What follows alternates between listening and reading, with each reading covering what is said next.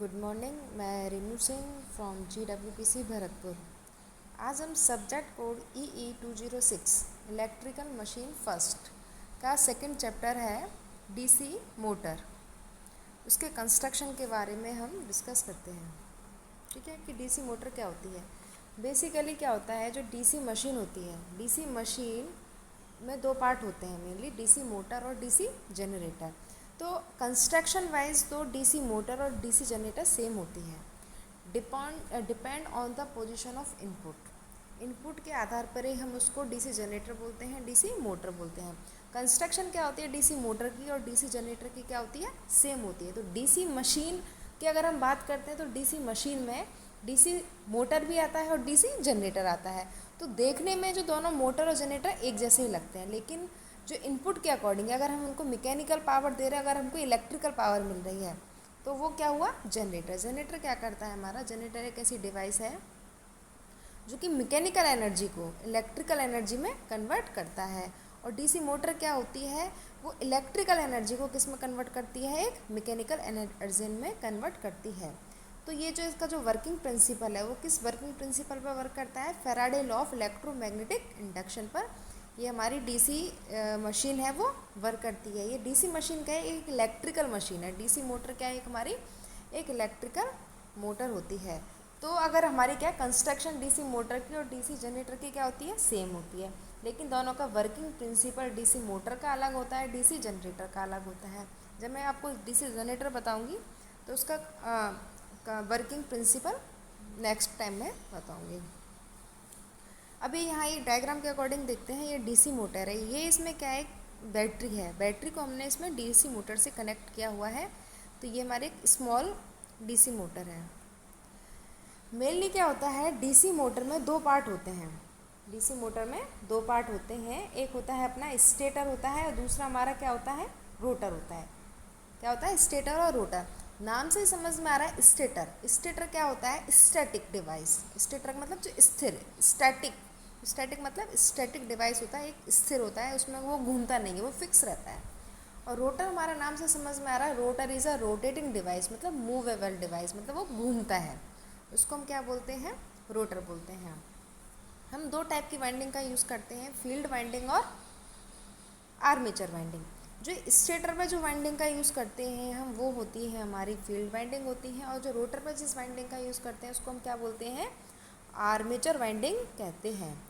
अब स्टेटर के बारे में हम देखते हैं कि स्टेटर का काम क्या है। स्टेटर क्या कराता है, ये प्रोवाइड कराता है एक मैग्नेटिक फील्ड। क्या प्रोवाइड कराता है, एक magnetic field. Stator induce two magnets with opposite polarity facing each other. इसमें क्या होती है, अपोजिट पोलैरिटी की जो मैग्नेट होती हैं वो एक दूसरे को फेस करती हैं। ठीक है। अब इसमें यहाँ बात की है मैग्नेट की, तो हम स्टेटर में हम कौन सी मैग्नेट यूज़ करते हैं, परमानेंट मैग्नेट यूज़ करते हैं। हम जानते हैं कि अपनी बेसिकली टू टाइप्स की मैग्नेट होती है, एक होती है परमानेंट मैग्नेट होती है, एक होती है हमारी इलेक्ट्रोमैग्नेट होती है। परमानेंट मैग्नेट वो होती है जिसमें कि मैग्नेटिक प्रॉपर्टी उसकी इनबिल्ट होती है। ठीक है, लेकिन वो मतलब स्मॉल मशीन में ही हम उसका परमानेंट मैग्नेट को हम यूज़ करते हैं। जो इलेक्ट्रोमैग्नेट होती है, इलेक्ट्रोमैग्नेट मतलब क्या होता है कि जिसमें हम करंट को फ्लो करके उसमें मैग्नेटिक प्रॉपर्टी को इंड्यूस करते हैं, उसको हम बोलते हैं इलेक्ट्रोमैग्नेट। इलेक्ट्रोमैग्नेट में क्या होता है, हम अपने रिक्वायरमेंट के अकॉर्डिंग उसमें करंट की फ्लो को ज़्यादा और कम करके उसको मैग्नेटिक प्रॉपर्टी को कम और ज़्यादा कर सकते हैं। मतलब मैग्नेट की अट्रैक्शन और रिपल्सन जो प्रॉपर्टी है उसको हम करंट के ऊपर डिपेंड करती है। तो मैग्नेट क्या है यहाँ, a object which is capable of producing magnetic field. Magnetic जो एक मैग्नेट क्या होती है, जो प्रोड्यूस करती है एक मैग्नेटिक फील्ड एंड अट्रैक्ट करती है। अनलाइक पोल को क्या करती है, खींचती है, मतलब अट्रैक्ट करती है। और जो लाइक्स पोल है उनको क्या करती है, रिपेल करती है। ठीक है। तो जो स्मॉल मशीन होती हैं उसमें हम परमानेंट मैग्नेट यूज़ करते हैं, और जो हाई लेवल की मशीन होती है उसमें इलेक्ट्रोमैग्नेट का यूज़ करते हैं, क्योंकि उसमें हम करंट को अपने अकॉर्डिंग रिक्वायरमेंट के अकॉर्डिंग कम ज़्यादा करके उसकी एफिशिएंसी को हम बढ़ा सकते हैं। ठीक है। अब है मेन पार्ट्स, इसके कौन कौन से पार्ट्स होते हैं। ये तो मैंने पहले बताया था आपको, स्टेटर और रोटर। मेनली इसके कौन कौन से पार्ट होते हैं, yoke of DC motor, pole of DC motor, field winding of DC motor, armature winding of DC motor, commutator of DC motor and brushes of DC motor। ये जो diagram है इसके अकॉर्डिंग देखते हैं, जो होलो शेप में रखा हुआ है वो हमारा होता है स्टेटर होता है, जो होलो शेप में रखा हुआ है, और जो साइड में है इसके ये हमारा क्या है, रोटर है। तो स्टेटर और रोटर के अंदर कौन कौन से पार्ट आते हैं, तो स्टेटर के अंदर कौन कौन सा आता है, योक आता है, पोल कोर आती है, पोल शू आता है, फील्ड वाइंडिंग आती है और इंटरपोल वाइंडिंग, ये स्टेटर के अंतर्गत आती हैं। डायग्राम के अकॉर्डिंग देखो, इसमें स्टेटर के अंदर क्या है, इसमें फील्ड वाइंडिंग पोल्स हैं, ये पोल्स के ऊपर ये ब्राउन ब्राउन फील्ड वाइंडिंग लगी हुई है। किसके ऊपर लगी हुई है, फील्ड वाइंडिंग पोल के ऊपर। और इसमें जो ये कर्व शेप में दिखाया हुआ है ये क्या हमारी पोल शू है, ठीक है। और रोटर के अंतर्गत अपना कम्यूटेटर आता है, ब्रशेस आती हैं, शाफ्ट आता है और अपनी बियरिंग आती हैं, ठीक है। अब यहाँ 1 बाय 1 हम हर पार्ट के बारे में डिस्कशन करते हैं। ये हमारा है योक। ये योक हमारा एक क्या है, फ्रेम जैसा है, हम योक को फ्रेम के नाम से भी जानते हैं। तो ये क्या करता है, स्टेटर के, ये क्या है, स्टेटर के बाहर लगा होता है, जो मशीन को मैकेनिकल डैमेज से प्रोटेक्ट करता है। किससे, मैकेनिकल डैमेज से प्रोटेक्ट करता है, मतलब बाहर के वातावरण की वजह से जो भी आंधी तूफान या पानी या जिस वजह से अनवांटेड रीज़न की वजह से अपनी मोटर को प्रोटेक्ट करता है, मतलब एक प्रोटेक्टिंग डिवाइस है। और इसका मेन काम क्या है, फ्लक्स के पाथ को प्रोवाइड कराना होता है, जिससे कि जो फ्लक्स होता है इसमें ट्रेवल कर सकता है। इसकी जो योक की जो परमेबिलिटी है वो बहुत ज़्यादा होती है, जिससे कि इसमें हाई फ्लक्स ट्रेवल करता है। अब इसमें योक को देखते हैं, तो योक जो स्मॉल मशीन के लिए किसका बना होता है, ये कास्ट आयरन का बना होता है, और जो लार्ज मशीन के लिए यह कास्ट स्टील का बना होता है। It use to protect the internal part of DC machine and give the mechanical support to the pole. और ये क्या करता है, पोल को मैकेनिकल सपोर्ट प्रोवाइड करता है। Yoke provide a return path of magnetic flux, और ये क्या करता है, जो मैग्नेटिक फ्लक्स होते हैं उनको रिटर्न पाथ प्रोवाइड करता है। In the yoke the lamination are not required. Yoke के लिए लेमिनेशन की ज़रूरत नहीं होती है, लेकिन आजकल जो मॉडर्न मशीन का हम यूज़ करते हैं उसमें हम लेमिनेटेड योक का यूज़ करते हैं, ठीक है। ये समझ में आ गया कि लार्ज मशीन के लिए किसका बना होता है, कास्ट स्टील का बना होता है, और स्मॉल मशीन के लिए कास्ट आयरन का बना होता है, ठीक है। और ये क्या करता है, मैकेनिकल सपोर्ट प्रोवाइड कराता है। नेक्स्ट हम बात करेंगे पोल्स ऑफ डीसी मोटर। ये जो एरो देख रहे हो इस डायग्राम में, ये जो फील्ड वाइंडिंग है किसके ऊपर लगी हुई है, पोल्स के ऊपर। पोल्स होते हैं उसके ऊपर फील्ड वाइंडिंग लगी होती है। जो पोल शू क्या होते हैं, जो इसमें यू वी शेप के आकार में हैं, या जो फैले हुए हैं, कॉर्नर से जो निकले हुए हैं, जिससे कि क्या है, क्रॉस सेक्शन एरिया ज़्यादा हो जाता है पोल शू बनाने से, इसको इस शेप में बनाने से, जिससे कि क्या होता है, मैक्सिमम फ्लक्स का जो डिस्ट्रीब्यूशन है वो ज़्यादा हो जाता है। अब इसमें पोल्स ऑफ डीसी मोटर का देखते हैं। द पोल कोर, जो पोल कोर है, पोल कोर वो होती है जिसके ऊपर फील्ड वाइंडिंग लगी होती है, और फील्ड वाइंडिंग को हम किससे कनेक्ट करते हैं, सप्लाई से। जब हम फील्ड वाइंडिंग को डीसी सप्लाई से कनेक्ट करते हैं, फील्ड वाइंडिंग क्या होता है, वाइंडिंग क्या है, जस्ट लाइक अ वायर को जैसे हम सप्लाई से कनेक्ट करेंगे तो उसमें क्या होगा, करंट प्रोड्यूस होगा। वाइंडिंग में करंट प्रोड्यूस होगा तो वाइंडिंग किसके ऊपर लगी हुई है, पोल्स के ऊपर। तो पोल्स में क्या होगा, मैग्नेटिक प्रॉपर्टी आ जाएगी, इलेक्ट्रोमैग्नेट है, तो पोल के ऊपर वाइंडिंग है, वाइंडिंग को हमने सप्लाई से कनेक्ट किया, तो सप्लाई से कनेक्ट करेंगे तो वाइंडिंग में करंट फ्लो होगा, करंट के फ्लो होने, और वो किसके ऊपर है, पोल्स के ऊपर। तो पोल हमारे क्या हो जाएंगे, मैग्नेटिक, उसमें मैग्नेटिक प्रॉपर्टी आ जाएगी। तो मैग्नेटिक प्रॉपर्टी आने के तभी तो हम बोलते हैं कि जो स्टेटर का क्या फंक्शन है, stator is use to produce a magnetic field, magnetic field produce करता है। तो कैसे प्रोड्यूस करता है, क्योंकि जो पोल होते हैं इस पर फील्ड वाइंडिंग लगी होती है, फील्ड वाइंडिंग को हम सप्लाई से कनेक्ट करते हैं, जैसे सप्लाई से कनेक्ट करेंगे करंट फ्लो होगा, जो हमारे पोल होंगे वो मैग्नेटाइज होंगे और उनमें मैग्नेटिक प्रॉपर्टी आ जाती है। The pole core use to provide the field winding, ठीक है। When the field winding excite मतलब क्या होता है, जब उसको सप्लाई से कनेक्ट किया जाता है, it behave like a magnet, तो ये मैग्नेट की तरह काम करने लग जाती है। Pole shoe provide mechanical support to the field winding and due to the large area it reduce the magnetic reluctance. इसका जो एरिया है, ये मैंने बताया था, इसकी जो शेप है इस डायग्राम में, इसमें देखो ये जो इसकी शेप बनी हुई है, इस शेप की वजह से इसका एरिया ज़्यादा हो जाता है। एरिया ज़्यादा होने की वजह से फ्लक्स का जो डिस्ट्रीब्यूशन है आर्मेचर पर वो बहुत ज़्यादा हो जाता है और उसमें क्या करता है, मैग्नेटिक जो फ्लक्स है वो ज़्यादा रोटर के ऊपर घूमता है, जिससे कि ईएमएफ हमको ज़्यादा मिलता है। तो योग, ठीक है, ये हो गया। अब इसमें क्या है, it reduce the magnetic reluctance, इस शेप की वजह से क्या करता है, मैग्नेटिक रिलेक्टेंस को कम करता है। Pole and pole shoe make by cast steel, ये किसकी बनी होती है, कास्ट स्टील की बनी हुई होती है। Pole is not necessary to laminated, pole को हमको लैमिनेट करने की ज़रूरत नहीं पड़ती है क्योंकि पोल के ऊपर अपनी फील्ड वाइंडिंग आती है। बट हमको जो पोल शू है उसको हमेशा लैमिनेशन की ज़रूरत पड़ती है क्योंकि यह आर्मेचर के जस्ट ऊपर होती है। आर्मेचर के बीच, आर्मेचर और पोल शू के बीच में एयर गैप होता है, लेकिन क्या हमारा आर्मेचर क्या है, घूमता है। आर्मेचर के घूमने की वजह से उसमें लॉसेस नहीं हो, इसकी वजह से हमारा जो पोल शू है हमेशा लैमिनेटेड रहता है एडी करंट को रिड्यूस करने के लिए। ठीक है, अब हम बात करते हैं यहाँ आर्मेचर। हाँ, ये आ गया फील्ड वाइंडिंग, मैंने बताया था ना, field winding of DC motor. ये जो इसमें वाइंडिंग लगी हुई है, डायग्राम में दिख रहा है ना, ये जो वाइंडिंग है पोल के ऊपर लगी हुई है, ये अपनी क्या हमारी फील्ड वाइंडिंग होती है। अब field winding of DC motor क्या होती है, अभी मैंने बताया था कि जो फील्ड वाइंडिंग होती है वो कॉपर की बनी होती है। The field winding of DC motor are made with a field coil, मतलब कॉपर वायर की wind over the slots of the pole shoe in such a manner that when field current flow through it, मतलब इस मतलब हमेशा क्या होता है, ये जो फील्ड वाइंडिंग है हमेशा सीरीज में लगी होती है, जिससे कि क्या है, कंटिन्यू करंट फ्लो होता रहे। The adjacent pole have the opposite polarity are produce.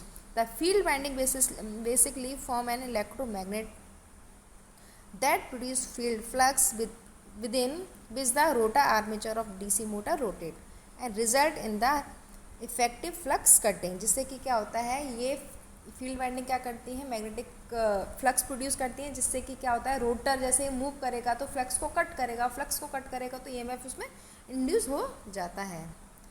अब है armature winding of DC motor, ये तो हमारी फील्ड वाइंडिंग की बात हो गई। स्टेटर, स्टार्टिंग में मैंने बताया था कि हमारे दो पार्ट होते हैं, एक होता है रोटर होता है, दूसरा हमारा स्टेटर होता है। स्टेटर पे हम कौन सी वाइंडिंग यूज़ करते हैं, फील्ड वाइंडिंग, उसका हम डिस्कशन कर चुके हैं। जो फील्ड वाइंडिंग का हम कर चुके हैं, जो फील्ड वाइंडिंग होती है हमारी कॉपर की बनी हुई होती है, वो पोल के ऊपर लगी होती है, वो मैग्नेटिक फील्ड प्रोड्यूस करती हैं, जिसमें कि कोई भी अगर आर्मेचर रोटेट करेगा तो वो कट करेगा कंडक्टर को और ईएमएफ प्रोड्यूस होगा। अब हम यहाँ बात कर रहे हैं आर्मेचर वाइंडिंग। जो हमारा आर्मेचर है, आर्मेचर बेसिकली एक रोटर ही होता है, रोटर और आर्मेचर एक ही बात है। ये जो रोटर है और ये आर्मेचर है, ये जो इसमें साइड में दिखा हुआ है ना ये डायग्राम, जिसमें टीथ, स्लॉट्स पर वेज और ये कूलिंग डक्ट्स, ये है। तो एक ये सिंपल, एक सिंगल हमको ये एक स्लॉट एक दिखाया है, ठीक है। ऐसी बहुत सारी स्टील की थिन लैमिनेटेड को बना के, बहुत सारी को बना के एक सिलिंड्रिकल शेप में हमारा आर्मेचर बना होता है। ये देखो इस डायग्राम में आर्मेचर वाइंडिंग का दिखाया हुआ है। आर्मेचर वाइंडिंग भी हमारी क्या है, कॉपर की ही बनी होती है। तो आर्मेचर क्या होता है, बहुत सारे सिंगल स्लॉट्स को लेके बना होता है। ये हमको जो दिखाया गया है डायग्राम में, ये क्या है, अकेला है, सिंगल है। इसमें जो रोटर होता है उस पर जो स्लॉट्स होते हैं, ये स्लॉट्स दिखाए हैं, स्लॉट्स में जो स्पेस है, और ये जो एयर डक्ट्स दिखाए हैं कूलिंग पर्पस के लिए दिखाए गए हैं। और जो हमारा जो रोटर है वो में जो रोटर पे जो स्लॉट्स होते हैं वो पैरेलल नहीं होते, थोड़े वो झुके, स्क्यूड होते हैं, थोड़े झुके हुए होते हैं। अब है armature winding of DC motor, ठीक है। Armature core provide housing to the armature winding, it complete low reluctance path for the magnetic flux. Armature slots are skew at some angle to reduce the mechanically vibration. मैंने बताया था ना कि थोड़े जो parallel लगे हुए थे, ये जो इसमें दिखे हुए हैं ब्राउन कलर के हॉरिजेंटल, ये क्या है, पैरेलल नहीं है, थोड़े झुके हुए हैं, जिससे कि क्या होता है, मैकेनिकल वाइब्रेशन रिड्यूस हो जाता है। Armature core is made with a silicon steel, ये किसकी बनी होती है, आर्मेचर कोर सिलिकॉन स्टील की बनी होती है। It is laminated to reduce the eddy current losses. Armature को हमेशा क्या करते हैं, हम लैमिनेटेड बनाते हैं कि जिससे कि इसमें एडी करंट लॉसेज हमारी रिड्यूस हो जाती हैं। In DC machine open slots are used to reduce leakage reactance, inductance and leakage flux. जो ये जो स्लॉट्स हैं इस डायग्राम में, जो स्लॉट्स हैं ये हमारे ओपन स्लॉट्स यूज़ करते हैं। हम कौन से यूज़ करते हैं? Open slots. अपने 2-3 तरह के होते हैं, ओपन स्लॉट्स होते हैं, क्लोज स्लॉट्स होते हैं, ठीक है। तो तो इसमें हम कौन सा यूज़ करते हैं? ओपन स्लॉट्स का हम यूज़ करते हैं। अब हम यहाँ बात करते हैं आर्मेचर वाइंडिंग की बात हो गई थी, armature winding of DC machine, ठीक है। आर्मेचर वाइंडिंग में कौन कौन सी अब देखते हैं। There are 2 types of armature winding. हम 2 टाइप के आर्मेचर वाइंडिंग का यूज़ करते हैं। एक होती है लैप वाइंडिंग और दूसरी क्या होती है हमारी? Wave winding. तो lap winding is known as complete winding. इसको क्या बोलते हैं? लैप वाइंडिंग को कंप्लीट वाइंडिंग बोलते हैं। क्यों बोलते हैं? क्योंकि आफ्टर कंप्लीटेशन ऑफ वाइंडिंग, काम जब जैसे हमारी वाइंडिंग कंप्लीट हो जाती है, all slot does fill with the armature winding. तो इसमें जो स्लॉट्स होते हैं वो सारे ही लैप वाइंडिंग में फिल हो जाते हैं आर्मेचर वाइंडिंग के थ्रू। वेव वाइंडिंग को हम क्या बोलते हैं? इनकम्प्लीट वाइंडिंग बोलते हैं। इनकम्प्लीट वाइंडिंग इसलिए बोलते हैं because after completion of winding all slot does not fill with armature winding, some slot remain empty. तो जो लैप बाइंडिंग है उसमें जो जितने भी स्लॉट्स होते हैं, स्लॉट्स में देखो ये इसको बोलते हैं स्लॉट्स। इस डायग्राम के अकॉर्डिंग देखो ये है अपने स्लॉट्स हैं। तो लैप बाइंडिंग में तो ये सारे स्लॉट्स आर्मेचर बाइंडिंग से फिल हो जाते हैं, लेकिन जो वेव बाइंडिंग है उसमें ये सारे स्लॉट्स नहीं हो जाते, कुछ खाली रह जाते हैं। इस वजह से इसको इनकम्प्लीट बाइंडिंग बोलते हैं। तो इन खाली स्लॉट्स को हम एक डमी कॉइल के थ्रू हम इसको फिल करते हैं। तो dummy coil use in wave winding to fill the empty slot and give the mechanical balance. It is not use in lap winding, ठीक है। तो लैप बाइंडिंग में हम इसको यूज़ नहीं करते हैं डमी कॉइल को। डमी कॉइल किस में यूज़ की जाती है? ये एक ऑब्जेक्टिव क्वेश्चन भी है, कभी कभी आ जाता है कि डमी कॉइल का यूज़ हम लैप बाइंडिंग में करते हैं, वेव बाइंडिंग में करते हैं। तो डमी कॉइल का यूज़ हम किस में करते हैं? हम वेव बाइंडिंग में यूज़ करते हैं। और कंप्लीट वाइंडिंग किसको बोलते हैं? कंप्लीट वाइंडिंग हम किसको बोलते हैं? लैप बाइंडिंग को बोलते हैं, क्योंकि इसमें ऑल स्लॉट्स जो आर्मेचर वाइंडिंग से फिक्स हो जाते हैं। और इनकम्प्लीट वाइंडिंग किसको बोलते हैं? हम आर्मेचर वेव वाइंडिंग को बोलते हैं। वेव वाइंडिंग को क्यों बोलते हैं? क्योंकि उसमें कुछ स्लॉट्स होते हैं वो आर्मेचर वाइंडिंग से नहीं फिल होते, उसको हम डमी कॉइल के थ्रू कंप्लीट करते हैं। In lap winding due to the unbalance flux and unbalance voltage circulating current is more. अब ये क्वेश्चन भी बनता है कि सर्कुलेटिंग करंट किस वाइंडिंग में ज़्यादा होता है? तो जो सर्कुलेटिंग करंट होता है लैप वाइंडिंग में ज़्यादा होता है, क्योंकि अनबैलेंस फ्लक्स होते हैं, इसमें अनबैलेंस वोल्टेज होते हैं, इसलिए सर्कुलेटिंग करंट ज़्यादा होता है। It cause more copper losses and heat. The circulate current can be minimized using the equalizer ring. तो ये जो सर्कुलेटिंग करंट होता है लैप बाइंडिंग में बहुत ज़्यादा होता है, इसको रिड्यूस करने के लिए हम इक्वलाइज़र रिंग का यूज़ करते हैं, लेकिन वेव बाइंडिंग में हम इक्वलाइज़र का यूज़ नहीं करते। देखो यहाँ 2-3 क्वेश्चन बन जाते हैं। डमी कॉइल किस में यूज़ करते हैं? हम वेव बाइंडिंग में यूज़ करते हैं। इक्वलाइज़र रिंग किस में हम यूज़ करते हैं? लैप बाइंडिंग में यूज़ करते हैं। तो लैप बाइंडिंग में नंबर ऑफ पैरेलल पाथ कितने होते हैं? हमेशा याद रखना, लैप बाइंडिंग में number of parallel path equals to P, मतलब पोल के बराबर होते हैं। जितने ही हमारे पोल होंगे उतने ही उसमें नंबर ऑफ पैरेलल पाथ होंगे। लेकिन वेव बाइंडिंग में नंबर ऑफ पैरेलल पाथ कितने होते हैं? हमेशा 2 होते हैं, fix. Number of parallel path in wave binding is 2, हमेशा 2 होते हैं। लेकिन अपनी लैप बाइंडिंग में कितने होते हैं? पोल के बराबर होते हैं, ठीक है। अब यह है armature winding of DC motor. ये हमने बता दिया था लैप बाइंडिंग और वेव बाइंडिंग। देखो इसमें भी दिखाया है A equals to P. A यहाँ क्या है? Number of parallel path. तो लैप बाइंडिंग में A equals to P, number of parallel path equals to P, मतलब पोल के जितने होते हैं। और वेव बाइंडिंग में here in this case the number of parallel path between conductor A is always equals to 2। इसमें कितने होते हैं? हमेशा 2 होते हैं। अब हम बात करते हैं यहाँ कम्यूटेटर। किसकी बात करते हैं हम यहाँ? कम्यूटेटर। कम्यूटेटर का क्या काम है? ये दिख रहा है इसमें, ये जो डायग्राम के अकॉर्डिंग देखो, ये येलो कलर की क्या है? हमारी ब्रशेज़ हैं जो हमेशा फिक्स रहती हैं। ये हमेशा क्या रहती हैं? फिक्स होती हैं। 2 ब्रशेज़ों के बीच में ये क्या होता है? हमारा कम्यूटेटर होता है, जो कि सिलिंड्रिकल शेप में ही होता है। अब हम इसके बारे में डिस्कस करते हैं कि कम्यूटेटर होता क्या है।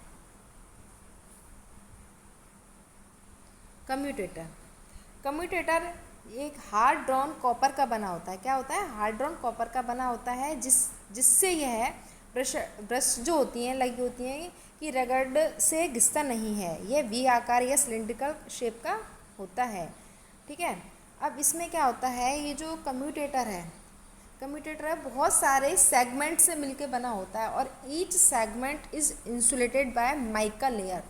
और हर जो इसमें होता है सेगमेंट होता है उसको माइका लेयर से क्या कहता है, उसको इंसुलेट किया जाता है। फिर उसको इंसुलेट करने के बाद उसको लेमिनेटेड किया जाता है जिससे कि इसमें एडी करंट नहीं हो, क्योंकि ये जो कम्यूटेटर है ये हमेशा घूमने वाला ही पार्ट होता है। कम्यूटेटर का काम क्या है, डीसी जनरेटर की अगर हम बात करते हैं तो डीसी जनरेटर में यह कम्यूटेटर एसी को डीसी में कन्वर्ट करता है, एसी पावर को डीसी पावर में कन्वर्ट करता है। अगर हम डीसी मोटर की बात करते हैं तो यह डीसी को एसी में कन्वर्ट करता है।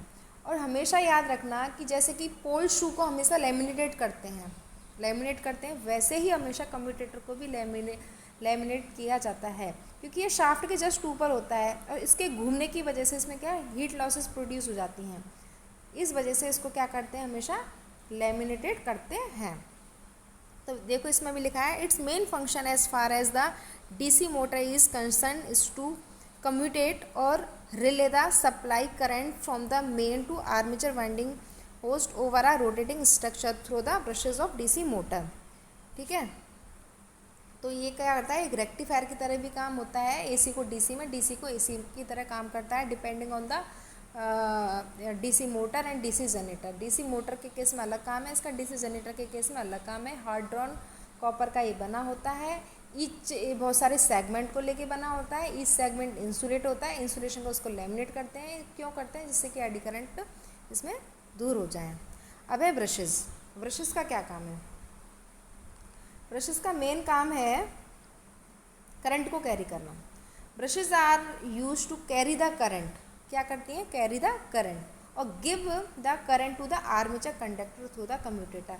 ये कम्यूटेटर से लगी होती हैं, दो ब्रशेस के बीच में कम्यूटेटर लगा होता है, तो ये क्या करती हैं, give the current to the armature conductor. Armature conductor को करंट देती हैं, किसके थ्रू देती हैं, कम्यूटेटर के थ्रू देती हैं। ये जो ब्रशेज होती हैं ये कॉपर, ठीक है, तो जो ब्रशेज में भी कॉपर और carbon material for the small machine, small machine के लिए इसको हम कॉपर और कार्बन का यूज़ कर सकते हैं। और electrographic use for the large machine, तो लार्ज मशीन के लिए इलेक्ट्रोग्राफिक की होती हैं। Carbon graphite brushes use for large current और लो वोल्टेज मशीन के लिए हम इसका यूज़ करते हैं। तो ब्रशेज का क्या है, brushes are use to relay the current from external circuit to the rotating commutator from where it flow into the armature conductor। Main function इसका है कलेक्ट द करंट, चाहे वो लोड से करंट को कलेक्ट कर रही हैं या कंडक्टर से करंट को कलेक्ट कर रही हैं। तो करंट को कलेक्ट करके उसको लोड को देती हैं या उसको कंडक्टर को देती हैं वाया कम्यूटेटर। अब है ये अपना है फुल कवरेज, इसमें एक ही होता है शाफ्ट भी होती है। देखो शाफ्ट क्या होती है, the shaft use to transfer mechanical power. Shaft क्या करती है, मैकेनिकल पावर को ट्रांसफ़र करती है। In case of DC motor mechanical power is transfer from DC machine to load. अगर डीसी मोटर की बात करते हैं तो मैकेनिकल पावर को ट्रांसफ़र कैसे करती है, डीसी मशीन टू लोड के थ्रू लोड करती है। और जनरेटर के केस में मैकेनिकल पावर को ट्रांसफ़र करती है प्राइम मूवर से डीसी जनरेटर के थ्रू करती है। इसके अलावा इसमें एक दो छोटे मोटे पॉइंट भी हैं इसमें। ये है कि इसमें जैसे कि बियरिंग, ठीक है, ये जो बियरिंग होती हैं आर्मेचर शाफ्ट को बियरिंग के द्वारा एंड प्लेट पर कसा जाता है। बियरिंग की संख्या हमेशा 2 होती है, एक बॉल बियरिंग यूज़ करते हैं, एक बुश बियरिंग यूज़ करते हैं। जो बॉल बियरिंग होती है वो छोटी मशीनों के लिए यूज़ में ली जाती है और जो बुश बियरिंग है वो लार्ज मोटर के लिए यूज़ की जाती है। ठीक है, अब ये हमारा एंड कवर है।